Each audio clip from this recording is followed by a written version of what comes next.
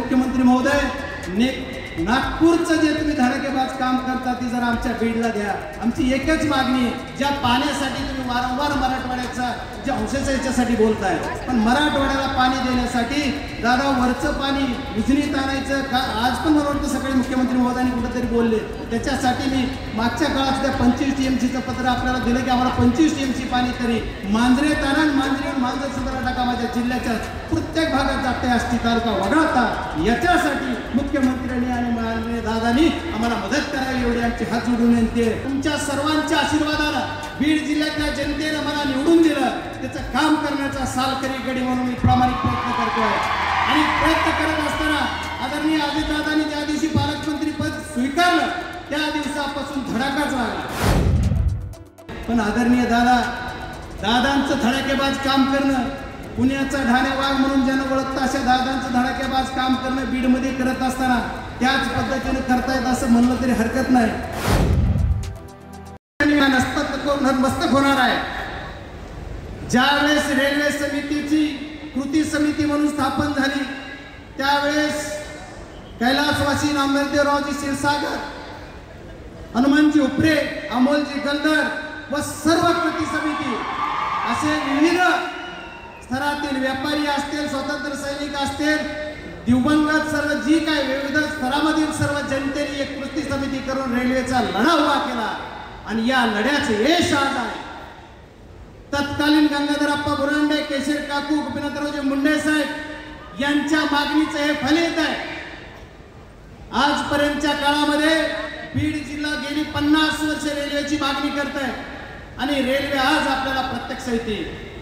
आणि आदरणीय आपले मुख्यमंत्री ज्यांचा धडाकेबाज कामाचा धडाका आहे अशा यांच्या हाताने आज इथं आपल्याला लोकार्पण होत आहे। आदरणीय पालकमंत्री दादांच्या अध्यक्षतेखाली हा कार्यक्रम होतोय।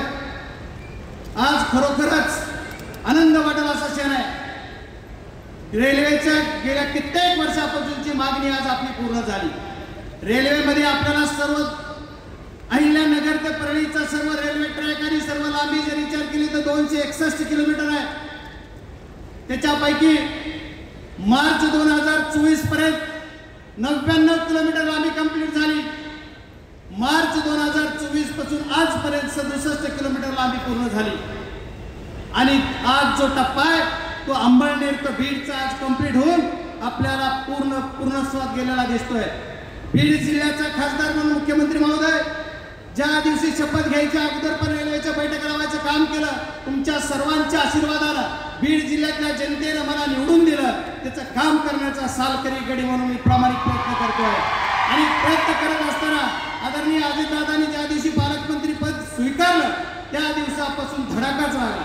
प्रत्येक गोष्टीला साध्या गोष्टी आहेत, साध्या गोष्टीवर सुद्धा आदरणीय दादा लक्ष देऊन आहेत। रेल्वेसाठी जी लाईट लागते, जे सबस्टेशन लागतंय, मी रेल्वेचा ट्रॅक टाकण्याच्या मागे मिटिंगा घेऊन आजपर्यंत रेल्वेच्या GM पासून चीफ इंजिनियर पर्यंत, मिनिस्टर पर्यंत, बोर्डाच्या अध्यक्षापर्यंत आतापर्यंत मी जवळपास 16 मिटिंगा घेतलेल्या आहेत आणि ही सुद्धा तुम्ही दिलेल्या ताकदीच्या जोर सर्व जनतेचे आभार मानायचे। आणि त्या बैठकामधून काय फलित झालं तर आपली रेल्वे आजपर्यंत आपल्याला इथं आलेली आहे। याच्यामध्ये सर्व महाराष्ट्र शासन आणि केंद्र शासन 50-50% हिस्सा अशा त्या पद्धतीची ही रेल्वे जी महाराष्ट्रामध्ये 4 मार्ग चालू आहेत त्याच्यातला हा एक मार्ग आहे।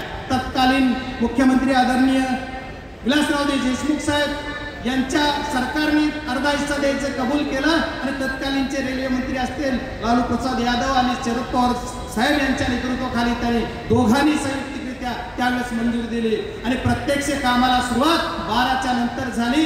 12ला निधी दिला आणि निधी दिल्याच्या नंतर आदरणीय दादा आल्यापासून निधी कमी पडत नाही, मुख्यमंत्री महोदय पूर्ण निधी देतात। सर्वांचं अगदी ताकदीनं आपल्या सर्वांच्या मागे राहायचं काम आदरणीय सर्व जर करतात। मी एकच सांगेन, संसदेच्या सर्व आदरणीय रेल्वे मंत्री असतील यांना भेट घ्यायची असेल, मी प्रत्येकापर्यंत जाऊन आपण काम करायचा प्रामाणिक प्रयत्न केला।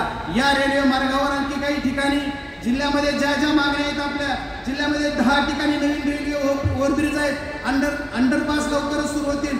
बीड शहरामध्ये सर्वात जिव्हाळ्याचा जो प्रश्न आहे, बीडला जो बार्शी नाक्यावर रेल्वे स्टेशनची सर्वांची मागणी होते ते आज आपल्याला इथं होत आहे. पण तिथल्या रेल्वे स्टेशनला सुद्धा थांबा देण्यासाठी रेल्वे मंत्र्यांनी आपल्याला आश्वासन दिलंय आणि तिथं थांबा देण्यासाठीची प्रक्रिया GM साहेबांच्या मार्फत प्रस्ताव आपला गेलेला आहे. त्याच्यामुळे ते पण सर्वांची मागणी पूर्ण होईल. मी तुम्हाला एकच सांगणार आहे थोडक्यामध्ये, जास्त काही न बोलता, बीडचं आपल्याला या रेल्वेचं स्वप्न पूर्ण झाल्यानंतर माझ्या विद्यार्थी मित्राचं असेल, माझ्या शेतकऱ्यांच्या शेतमालाला मुंबईपर्यंत न्यायचं असेल, माझ्या सर्व तमाम गोरगरीब जनतेला जाण्यासाठी, सर्व मध्यवर्गीयाला जाण्यासाठी ही रेल्वे आज सुरू झालेली आहे. पण याच्यावर थांबायचं नाही. आदरणीय मुख्यमंत्री महोदयांनी दादांना माझी विनंती आहे की आम्हाला हाय स्पीड रेल्वे लवकर चालू झाली पाहिजे आणि याच्यासाठी जी आपल्याला इलेक्ट्रिसिटी लागते त्याचे सबस्टेशन आपल्याला 2 सबस्टेशन आहेत. त्याच्यातलं एक सबस्टेशन आष्टीला होते, दुसरं शिरसाळ्याला होणार आहे. पण मलाही ज्यावेळेस मी रेल्वेचा आढावा घेतो त्यावेळेस माहीत नव्हते की लाईट लागते. कारण माझं स्वप्न होतं की ज्यावेळेस फेब्रुवारीला ही रेल्वेचा ट्रॅक कंप्लीट झालाय, फेब्रुवारीपासून उद्घाटनाला आपल्याला आजपर्यंत लागलं. त्याचं कारण असं होतं की लाईट नव्हती आणि मला वाटत होतं की 1 मे या आपल्या महाराष्ट्र दिनाच्या निमित्त आपल्या रेल्वेचं उद्घाटन व्हावं. पण त्या दिवशी लाईट नसल्यामुळे रेल्वे झाली नाही. पण दादांची इच्छाशक्ती 17 सप्टेंबरला मराठवाडा मुक्ती संग्रामाच्या दिवशी करायची होती आणि आमचंही स्वप्न आज पूर्ण होणार होतं. आजही लाईट नाही, पण मुख्यमंत्री आणि उपमुख्यमंत्र्याच्या ताकदीवर त्यांनी डिझेल इंजिन दिलं आणि आमच्या रेल्वे बोर्डाला सुद्धा ऍक्सेप्ट केलं आणि डिझेल इंजिनवर आपली रेल्वे चालणार आहे. आणि पुढचं स्वप्न आपल्याला लवकरात लवकर 21-22 टावर आष्टीला बसल्या प्रत्येक टावर पर्यंत जायचं काम तुमच्या सर्वांच्या आशीर्वादाने केलं आणि याच्या सगळ्याचं फलित म्हणून आपल्याला हे आजचा दिवस दिसतोय. मी जास्त काय बोलणार नाही. मुख्यमंत्री महोदय आणि दादा, तुम्ही दोघेही तिजोरीचे मालक आहात. माझी एकच विनंती आहे, आम्ही एक नवीन रेल्वे मार्गासाठी आणखी एक मी 9 करोड रुपयाचा निधी केंद्राकडून टाकून गेला जी सोलापूर ते संभाजीनगर, म्हणजे आज आपल्याला आमच्या धाराशिव पासून येडशी पर्यंत झालेले तुळजापूर, तिथून पुढच्या रेल्वे मार्गासाठी जर आमची फिजिबिलिटी नाही आली तर याच धर्तीवर आपण आणखी आमचा महाराष्ट्र शासनाचा हिस्सा देण्याची शिफारस करा.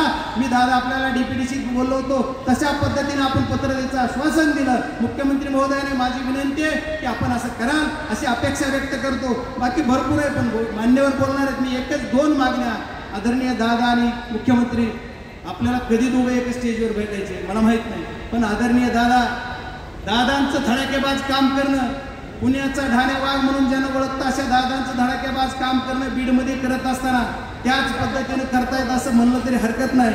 आणि आदरणीय मुख्यमंत्री महोदय, नागपूरचं जे तुम्ही धडाकेबाज काम करता ती जरा आमच्या बीडला द्या. आमची एकच मागणी आहे, ज्या पाण्यासाठी तुम्ही वारंवार मराठवाड्याचा जे अंशाच्या याच्यासाठी बोलताय, पण मराठवाड्याला पाणी देण्यासाठी दादा वरचं पाणी उजनीत आणायचं का, आज पण मला वाटतं सकाळी मुख्यमंत्री महोदयांनी कुठेतरी बोलले. त्याच्यासाठी मी मागच्या काळात सुद्धा 25 TMCचं पत्र आपल्याला दिलं की आम्हाला 25 TMC पाणी तरी मांजरे तारा मांजर सुद्धा टाका माझ्या जिल्ह्याच्या प्रत्येक भागात जाते आष्टी तालुका वगळता.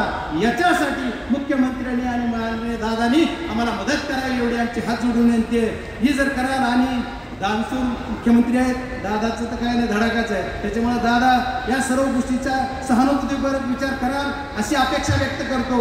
आणि मला रेल्वेच्या अधिकाऱ्यांनी बोलताना का टाळलं माहीत नाही, पण मुख्यमंत्र्यांनी दादांनी बोलायला संधी दिली त्याबद्दल तुमचे आभार आणि तुमच्या जनतेचे सर्वांचे आभार की माझ्यासारख्या एका शेतकऱ्याच्या कुटुंबात जन्मलेल्या व्यक्तीला आदरणीय मुख्यमंत्र्याच्या शेजारी बसायचा मान म्हणजे तुमचा सर्वांचा मान आहे एवढं सांगतो. मला माझा हा मान नाही, मला कधी खासदाराचं स्वप्न दादा पडलं नव्हतं, पण सर्वांच्या कृपेने मी खासदार झालो त्याच्या तुमचाही वाटा आहे.